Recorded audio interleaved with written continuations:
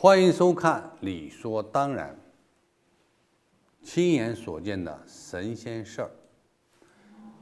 千里眼和顺风耳是道教中的两位守护小神，虽然他们在道教排列序列中的地位不是很高，但是他们的能力和故事流传却非常持久和广泛。这两位小神分别拥有特别的能力，千里眼能够看到千里之外小虫子的飞舞，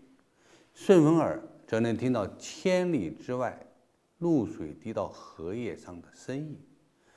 千里眼和顺风耳因其能力被道教纳入了神仙体系，成为道教的护卫神。你现在到道观去，在宫观的大门口可以看到他们的身影，在他们的旁边加了两位武士，合称四大海神。无可置疑，远古的时候，人的听觉和视觉确实是超越今天的人们，因为人在无法借助外力帮助的时候，唯一能发挥的就是天人合一，善用自然山水、风雨雷电。今天的网络传输、电视和手机已经替代了千里眼和顺风耳，提升了我们的生活质量，但同时也进一步的弱化了人类本身自有的能力。这些并不构成问题，问题是让人们渐渐的在堵塞天人合一的通道。早在80年代，我就开始生命科学的探索，也算我后来在深圳大学创办了人体工程学的雏形吧。那个时候，中国最早的中国科学院上海生命科学研究院还没有成立，我在生命科学探索领域已经有了一些成就和知名度，参与了陕西省很多的重要项目规划和设计。当时刚从陕西省委常委升任陕西省委书记白继年对我是特别重视，多次建议我去楼观台见任法荣道长。他介绍说，任法荣是楼观台的道长，俗名任志刚，在医学方面主要研究易经、阴阳系统论，同时在研究人体生物节律。人体生物节律与我当时的生命科学思想有很多的雷同。白书记说，你们可以互相学习、互相交流等等。今天想来，白书记是有眼力的。当时任法荣仅仅是一个道观的负责人，以后竟然是中国道教协会的会长。千百年来，这里都是修道之人心中的圣地。1955年冬，19岁的任法荣说服母亲离开甘肃天水，来到陕西陇县龙门洞隐居修行。3年之后，他来到楼观台道院挂单，在这里，他潜心研读并3次注释《道德经》，试图穿越2500多年的时空，与老子这位先哲对话。在参经悟道的60多年间，任法荣道长经历了鼓楼观的凋零和重生。如今，对中国传统文化的追寻，使得越来越多的人来到终南山鼓楼观，寻找智慧的源头，探求精神的家园。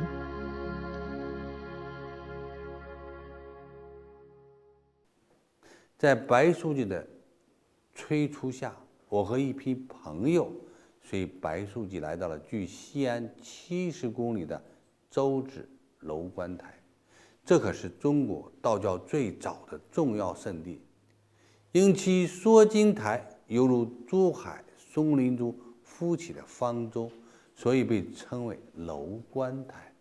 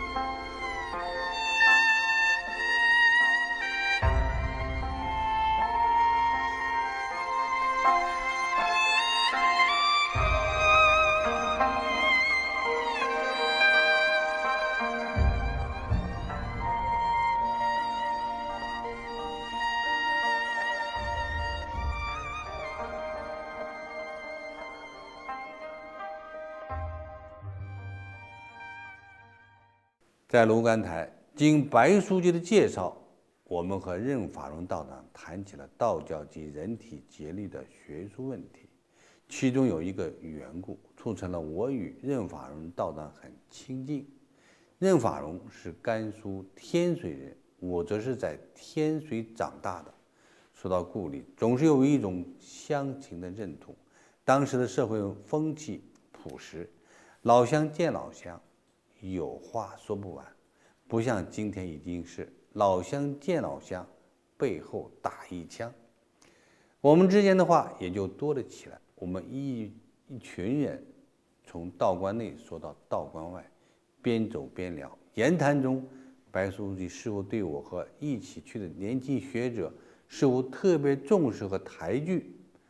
这让任法荣道长使我有些不太自在，话语也渐渐少了起来。这个时候，天上下起了雨，我们跟着白书记立即到道观的廊下避雨。回头一看，任道长却原地不动，他不随我们到廊下避雨，反而就地打坐，开始盘腿打坐。雨是越下越大，再看雨中的任道长，头顶上竟有无数个飞鸟在盘旋，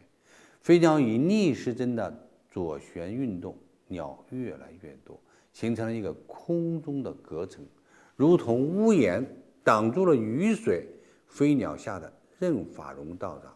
收视反听，若有若无，一念不起，一念不生，忘机忘情，忘物忘我。这就是我亲眼所见的神仙事儿。雨停后，任法荣道长才起身来到我们身边，他身上白色的道服没有一滴雨水的痕迹，神奇吧？但是在古代，并不是件很神奇的事。无论在道教还是民俗、民戏和民风上，神奇的事多了去了。我写这篇理所当然，只是为了在科技高速发展的今天，尽管科技给我们生活带来了无限的方便，让我们的自身能力有了无限的超越，但是依然不能轻视和忽略了中国文化。中国文化能帮我们寻回渐渐失去的天人合一的通道。谢谢收看，我当然，我们下次。